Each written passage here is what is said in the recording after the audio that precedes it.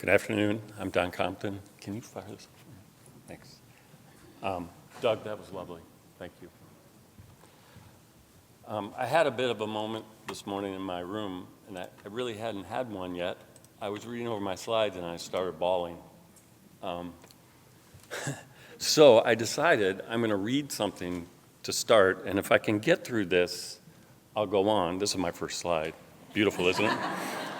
This is the snowstorm we're hoping to get in Colorado because we need water. But I'm going to read this, and then if I get through it, we'll keep going. If I don't, I'm just going to leave. It's a great privilege to be here and help celebrate the life of my friend and colleague, Lynn Fuchs, while also recognizing the truly remarkable partnership between Lynn and Doug. That was good. I was at Peabody College at Vanderbilt University for 15 years and had the opportunity to work closely with Lynn and Doug during that time. Many of you know that the three of us spent great deals of time together, whether it was in New York, La Jolla, San Diego, their house on the cliff in Nashville, or in our offices on campus. But none of those moments would have been possible without our beginnings. So, I hope you'll indulge me as I reflect somewhat autobiographically on how it all started. While these memories are deeply personal for me, I suspect many of you will recognize something familiar in your own experiences with Lynn and Doug, and perhaps reflect on how those relationships shaped your lives, both professionally and personally. Okay, I did it. Okay, let's see here.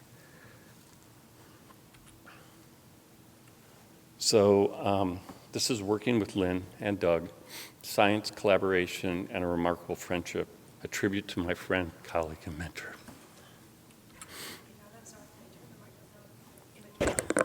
I don't want people to hear me crying, Pamela. So, it all started in a rather ominous way. A spring of 2000 interview at Vanderbilt, Peabody, didn't go as I had anticipated or expected. At my first meeting with the faculty member for breakfast, I was asked by that faculty, or I actually wasn't asked, I was told, I don't understand why we're interviewing a reading person, we have enough of those. And I think I said something stupid like, how can you not have, wait, what did I say?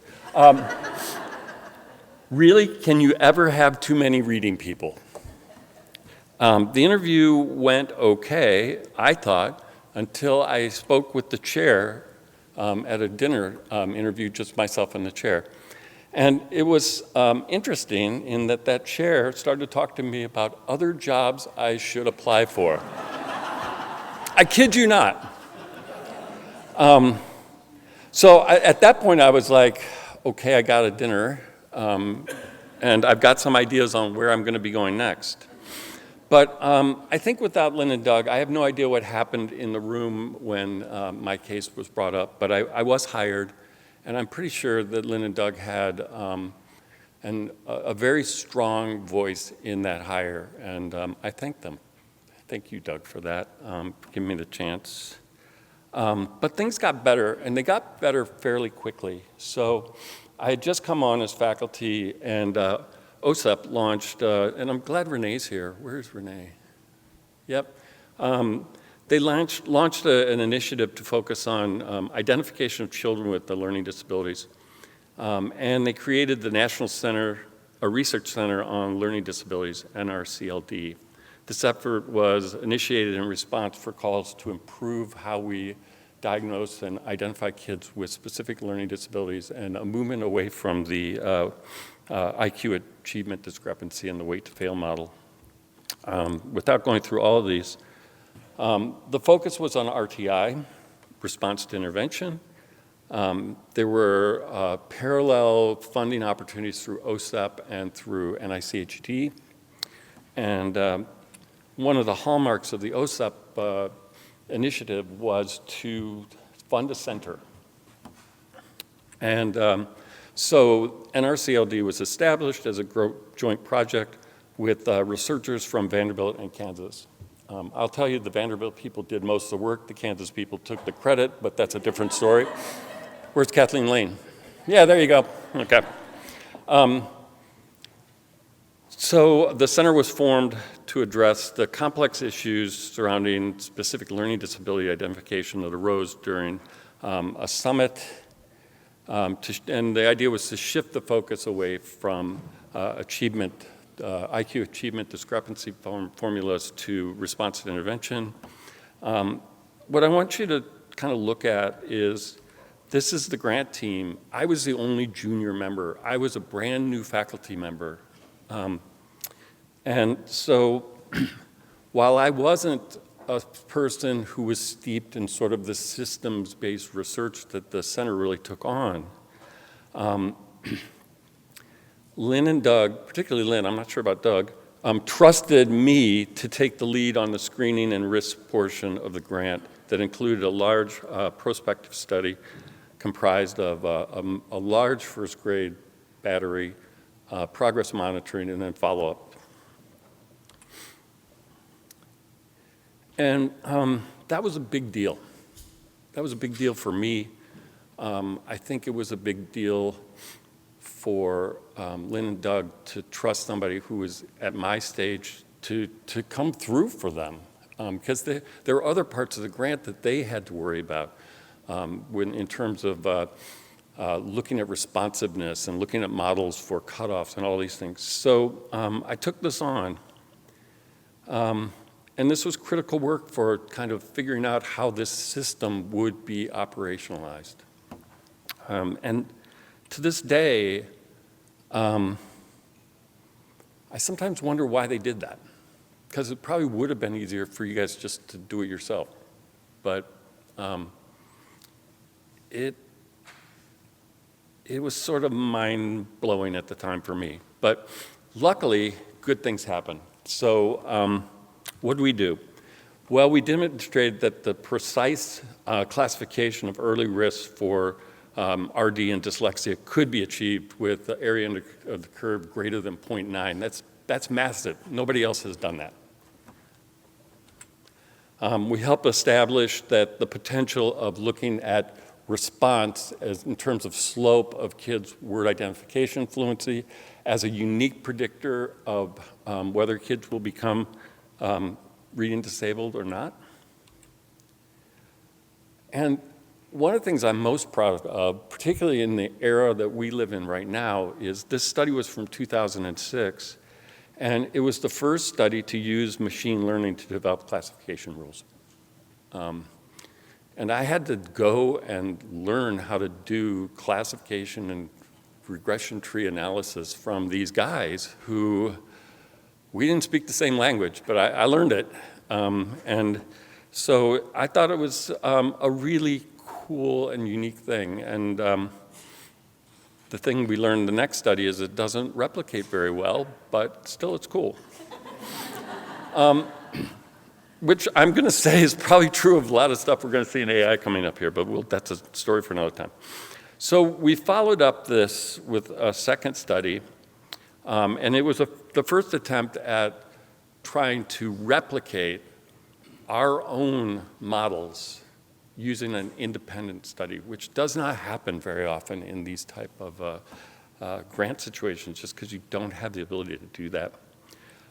We reported that measures of dynamic assessment, how kids' short-term learning, how well they can do short-term learning tasks, improved classification, adding to the idea of learning potential as an important dimension to consider in screening. We also showed that some of the common school assessments, such as running records, did not add to classification at all. And we were also the first to advocate for a two-stage gated procedure to improve the efficiency of early screening procedures, which is, it's easy to find kids who are not at risk with one test. You can give them that test and then push them on their way and spend more time with the kids who you think are at high risk. Finally this, One of the more controversial papers was this idea that we demonstrated that children who are at risk of being unresponsive to Tier 2 can be identified, and you can skip that. And boy, did this cause some problems in that we were getting rid of the test from a special ed standpoint. But our thought was we were just speeding up getting kids into the type of intervention that they needed. So the idea was to further decrease the time children needed to wait before they received intensive instruction. So this time also gave us a chance to train and nurture some pretty incredible scholars, young scholars, and I just picked some of the work that was done during this time. And of course, Lynn and Doug were furiously working on on their responsibilities on the grant, which was thinking about treatment efficacy, responsiveness, and classification of math and reading disabilities based on a response model. And so, I could have filled 10 slides with these, okay? So it was a really busy and productive time for us. The metrics bear out that we were very successful in what we were trying to do, and we made impact. So what was that impact? Well, in terms of the foundational field-shaping papers, these are critical papers in the early work on RTI, which are cited so often. We have very important screening papers also. There were very interesting studies looking at interventions and response and efficacy of treatment, and also cognitive mechanisms associated with response and treatment. So this was the early days. It was an amazing time to be part of our team. I enjoyed it immensely. I learned so much from Lynn and Doug. I hope that I contributed to them and their thinking as well. But what were some of the takeaways? Well, one thing I saw was that Lynn and Doug saw the core problem was not simply identifying students with difficulties. It was the absence of a system that could continuously adapt instruction based on data about the children's learning. And so to combat that, they systematically looked at things like establishing identification systems that have precision, and precision is so important here. You don't give a questionnaire to decide if somebody is dyslexic, Joe. Oh, sorry. Instruction that is tightly linked to assessment. This was always what Lynn and Doug were trying to do. And providing strong feedback loops for continuous updating of instructional focus, and this end of a wait to fail, that children have to move through failure in order for them to get help. So I came to understand over 15 years of collaboration that what Lynn and Doug were building was not just a body of work, it was a way of doing science in the service of children and the field. And I feel very fortunate to have been invited to participate in this work and contribute to its success. So the work was important, but there are other lessons I learned from Lynn and from Doug. So one thing about Lynn was there's a joy and a satisfaction to be had in working hard. Lynn Fuchs was the hardest working person I've ever met, bar none. She was, in my mind, driven by something that doesn't drive the rest of us. And it was not personal glory. It was the work. She just did the work. And in the meetings, we'd be exhausted, and she was still excited about the work and talking about the next study. And I'm like, we're not even getting this study done yet, lady. Come on. So, she was there for the work. And I came to really love that too. I love the work too. I can't do it the way Lynn does it, but I don't have to love the work. But she really taught me that. Trust the people who do the work, not the ones who interpret it. And so we tried to surround ourselves with other people who were doing the work and to talk to them about the work and have them talk to us about the work, not to worry about how other people interpreted it or misinterpreted it and try to fight those battles. While reductionist methods such as meta-analysis can be useful, somebody's got to generate the effect sizes. And that was Lynn's primary goal, is we've got to get good science out, because these metas and reductionist techniques don't work without the effect sizes. And Lynn, she had a term which she started using more and more towards the later part of her career, but she used it when we used to meet, and that's the idea of teach for transfer.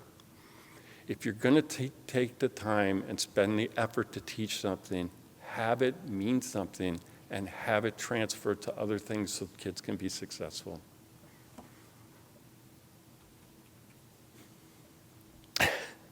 When you have visitors, make sure you treat them well, even if it means cooking an entire salmon in your dishwasher. Do you remember that one?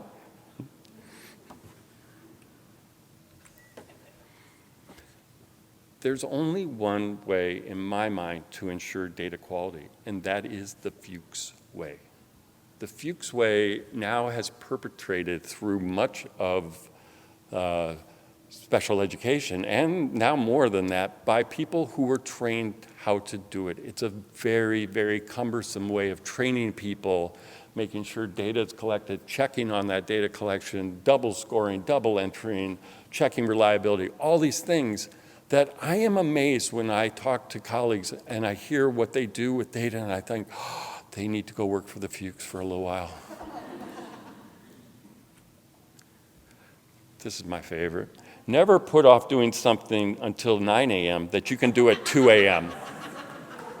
I can't tell you the number of emails that I used to get at 2 a.m. from Lynn, and then doc students would say, I turned my stuff in and I got it back from Lynn at 2 a.m.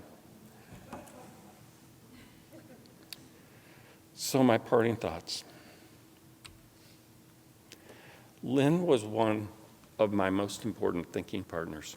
Without her support and her encouragement, I would not have had the career I've had. Please don't evaluate what that career is right now.